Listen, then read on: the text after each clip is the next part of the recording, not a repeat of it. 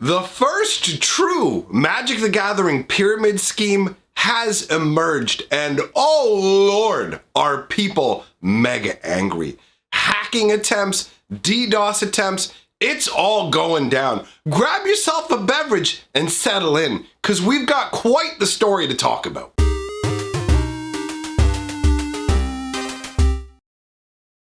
Greetings, owners of fine luxury cardboard rectangles. I am still unfortunately under the weather, but this story, it's sicker than me. This entire situation is absolutely insane. As I said, we have Magic the Gathering's first pyramid scheme in history. Now, it's not going to be exactly what you think it is. This is a really bizarre scenario. So, to make sure that everybody is up to speed, there are some pertinent pieces of information you're going to need. Now, some of this information, some Magic players are already going to know, some Magic players may not know, but I also have fans who don't actually play Magic the Gathering. So I'm going to lay this out in a way that anybody can understand and insert all the necessary information. So one of the things you're going to need to understand for this entire concept is the reserve list and Magic the Gathering. Now, the reserve list is simply put a list of cards that Wizards of the Coast will never, ever reprint. Now, why does the reserve list exist? Well, basically due to old school Backlash a long time ago in the game that made Wizards of the Coast knee-jerk react. Essentially, they had overprinted a bunch of cards that were originally scarce. There was a portion of the player base that went rah, rah, rah, rah, rah, and freaked out. And Wizards of the Coast went, okay, you know what? We'll put these cards on a reserve list and we'll never print them again. Now, when Wizards of the Coast was bought by Hasbro, the reserve list was scrapped. So they said, okay, you know, we're not doing this anymore. We're not giving you the promise that certain cards aren't going to be reprinted. However, the reserve list has remained in place. And the reason it hasn't been violated is people are essentially threatening Wizards of the Coast with lawsuits if they do reprint these cards. I believe the term that's used is promissory estoppel. So Wizards of the Coast has essentially entered into a legal agreement with Magic card owners saying, we will never reprint these particular collectible cards. So the reserve list is going to be a part of what has caused all of this scenario to come together. As Magic the Gathering cards became more and more expensive, they started to draw the attention of people outside of the Magic sphere. People went, wow, these cardboard rectangles are worth a lot of money. Perhaps I can invest in them. You see this in a lot of different areas of life now where people are looking to monetize every little thing they can. And if there's enough money of value in something, then you will find an investor class that emerges into the game. So Magic the Gathering does have this investor class now where there's just a bunch of money being thrown into it. Now, if you want to protect your investment money, you want to look for the safest harbors possible. And reserve list cards act as a safe-ish harbor. I mean, there are obviously some risks no matter what. The game could theoretically tank. As long as Magic the Gathering is healthy, though, the reserve list is a reasonable place to park your money because reserve list cards can never be reprinted, and reprints can greatly tank the value of cards. So you have people going, how do I capitalize on this? So now you understand the reserve list and the investor class of Magic the Gathering in the most basic bare bones way that you will need to understand what we're going to talk about going forwards. This pyramid scheme actually literally involves pyramids. When I say pyramid scheme, we are not talking about your traditional style pyramid scheme where you have, like a Ponzi scheme or other setups where it's basically somebody is up at the top collecting all this money and other people are getting scammed. No, this actually involves the Magic card called pyramids, hilariously enough.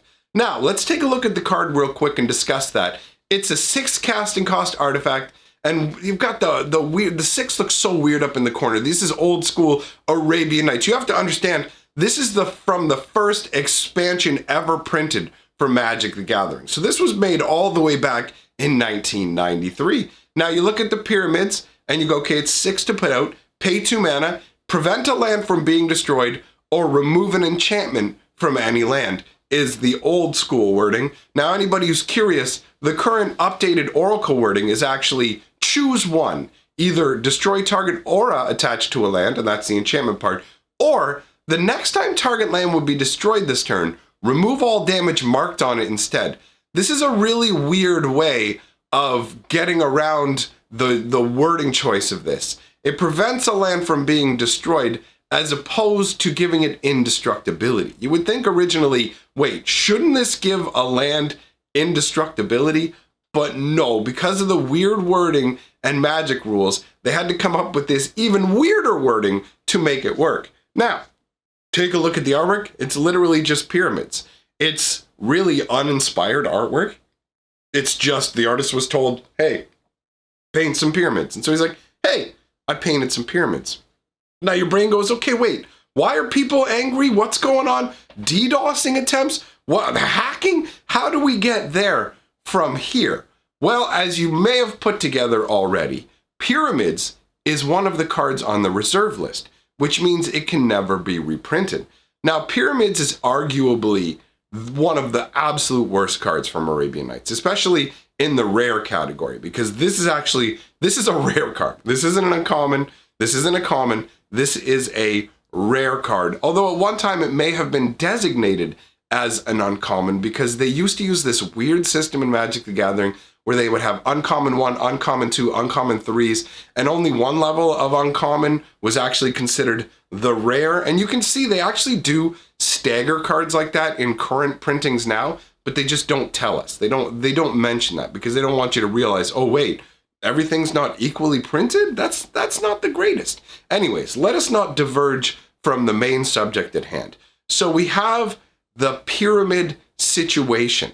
Now, what is the pyramid situation? What is this pyramid scheme? Well, if you went over onto the MTG financial Reddit, which admittedly is not a place that I visit regularly, you would see kind of an innocuous post at first that just said, I was bored, so I bought out all the pyramids. Now, when you look at underneath the details that are given, it doesn't seem like this was done out of boredom. It seems like this was very much a calculated maneuver by an individual. And the more deep you go into this, the deeper you go into this, you will find out that this individual wrote software and everything in an attempt to corner the entire market on pyramids. So he did not succeed in his goal of acquiring all the pyramids, but he acquired enough pyramids that it's made a substantial dent in the market. Pyramids used to be a $10 card. Now they are bare minimum of $90 US on websites like Star City Games. Now, obviously, Star City Games is sold out because this guy went around snatching up all these different pyramids while they were cheap. Now, this plan of his has actually been in motion for months. Mid-June is apparently when he launched the first stages of this. And this guy's he's going big and deep with this to the point where he intends to make his own documentary about the process and everything. Now, I'm not going to read you all of the details that are listed throughout the Reddit, but I am going to read the most interesting post for you because the details involved are crazy. And another thing you need to understand is this was covered to a degree and from a different angle by Rudy at Alpha Investments. He talked about reserve list buyouts being back. And that is what this falls under the umbrella of, a reserve list buyout, where somebody attempts to grab out all the copies of a reserve list card, and that tends to skyrocket the price with the end goal of being reselling these cards for more than you paid for them, right? This is that aspect of the investor class that I was talking about. Now, the level of care and detail that this guy has put into his plan, combined with the backlash from the community, are both fairly staggering. So I'm going to read this to you here. You can find this on over on the MTG Reddit if you so desire. But I'll cover the stuff that matters here. So it says, over half of these have already been graded or were already graded when they arrived.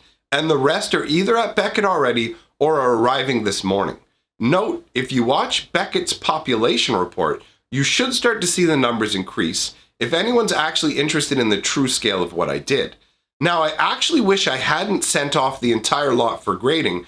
It would have been a smarter move to only send a few of them, perhaps so others underestimated my position.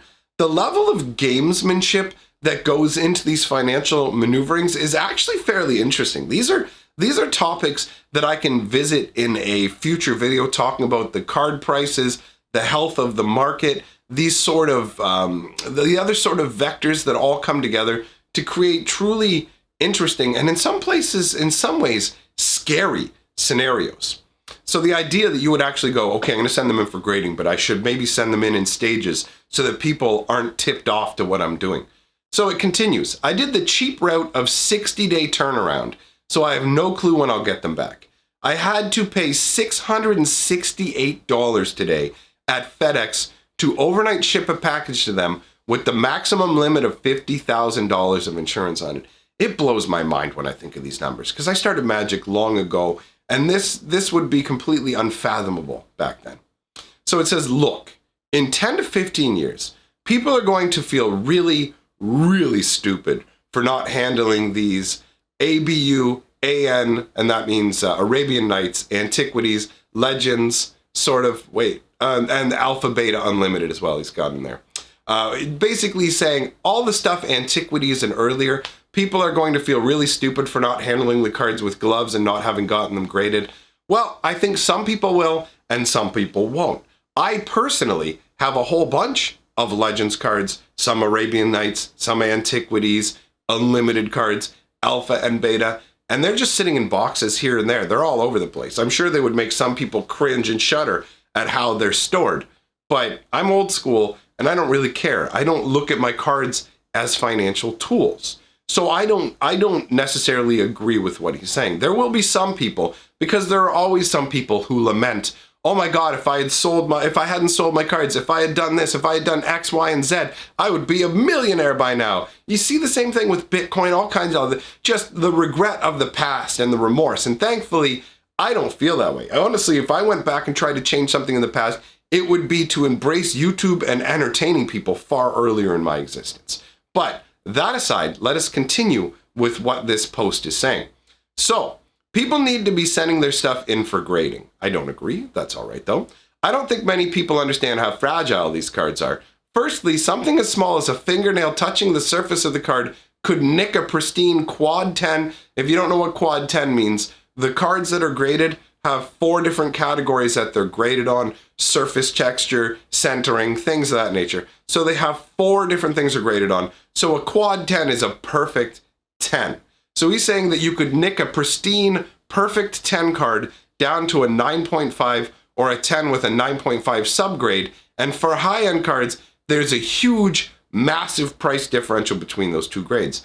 Now, what you have to bear in mind is this guy is making some assumptions in that Magic will maintain its health and the value of cards will continue to go upwards and there'll be people willing to pay these prices. I don't know if that's the case. I don't have the same level of solidity of belief that this guy does. So for me, I don't know about that. It continues. I've already made plans for Beckett to ship them directly to 3 different banks that I researched and will be keeping these in vaults at 3 different locations. That is insane to me. This is where I really started to go, wow, this is next level. Ordering these things, having them shipped directly to banks that will store them in vaults, the amount of money that is involved in doing all this and the care taken to protect the cards is it's insane to me. This is just a game I played as a kid, right? I've been around since the beginning. So to see this really blows my mind. And the level of care that this guy put into researching the banks. I researched each to make sure they were fairly low risk, mostly just ensuring that they were not in an area known for flooding or where flooding was more likely due to elevation. I have to say, honestly, after going through all this stuff, I would be genuinely interested in interviewing the guy behind this. I'm interested in the mindset of someone who has such a different view of the game and obviously a different resource level, essentially coming from a different world of existence. So it does seem to me like the guy involved with this does have a bit of ego as well and likes the attention. So I'm going to work under the assumption that you're actually watching this video right now. So hello, Pyramid Dude. I invite you to be interviewed by me. We can do it in a live stream or non-live stream. I'll let you decide, but hit me up. I'm going to leave a comment on one of your videos letting you know about this so that you can come on by and see what's up. So let's continue onwards. When the documentary comes out, and this is another thing that makes me think he'd be happy to talk to me, the attention, right? When the documentary comes out, people are going to flip out when they see some of the stuff that happens. The last few days have been insane. This is where it goes off the rails and gets really crazy, really crazy. After the story broke on Rudy's YouTube channel, within 3 hours, I started getting phishing text messages and emails. My LinkedIn profile was at over 800 views that day. Oddly enough, when it's typically never above 10. That's orders of magnitude larger. I got a text message of someone trying to phish for my Facebook password. I had to deactivate my Facebook, LinkedIn, and other social media accounts and change all passwords associated with every single account I have across various sites. I then made sure to enable MFA for each website I use that offers it for e-security. Or I guess that's just actually security misspelled. Never mind. Either way, that is insane to me. Imagine that. Imagine buying Magic cards, and as a result of buying Magic cards, you have to disable all of your social media. That's crazy. And it doesn't stop there. A few hours later, they start hitting my home network, and I noticed I was being DDoSed, and individuals were trying to SSH past my firewall. I immediately unplugged my router, and I've been off the grid ever since, until my ISP can finally figure out how to get my public IP changed. And everyone knows by now, I'm sure, how incompetent AT&T is. Well, you're not 100% off the grid if you're able to post on Reddit, but whatever. Either way, the fact that people are DDoSing him, trying to hack past his firewall, this is crazy. It continues. There are a ton of very powerful individuals out there with a ton of wealth that I think I really pissed off by doing this buyout. Mainly due to the fact that this card was on nobody's radar, solely due to the fact that it's literally the worst rare in the entire set. So nobody thought it would be a buyout target.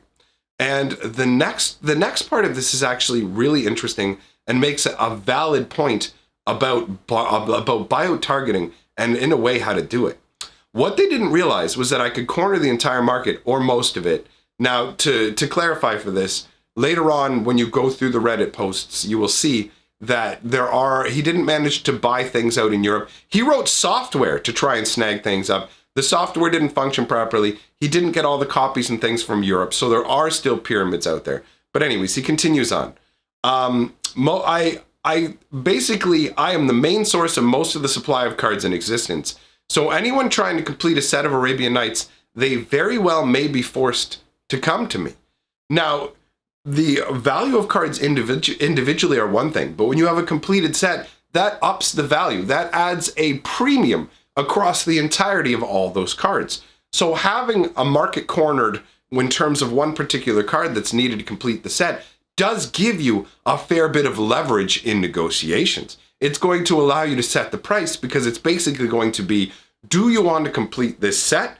If so, you're going to need to buy a pyramid from me. And the after effects of going out and snagging up all these pyramids is that the few ones that are remaining are going to have gone up in value naturally and are going to be snagged up by other people who want to basically gain an advantage off of what this individual has done.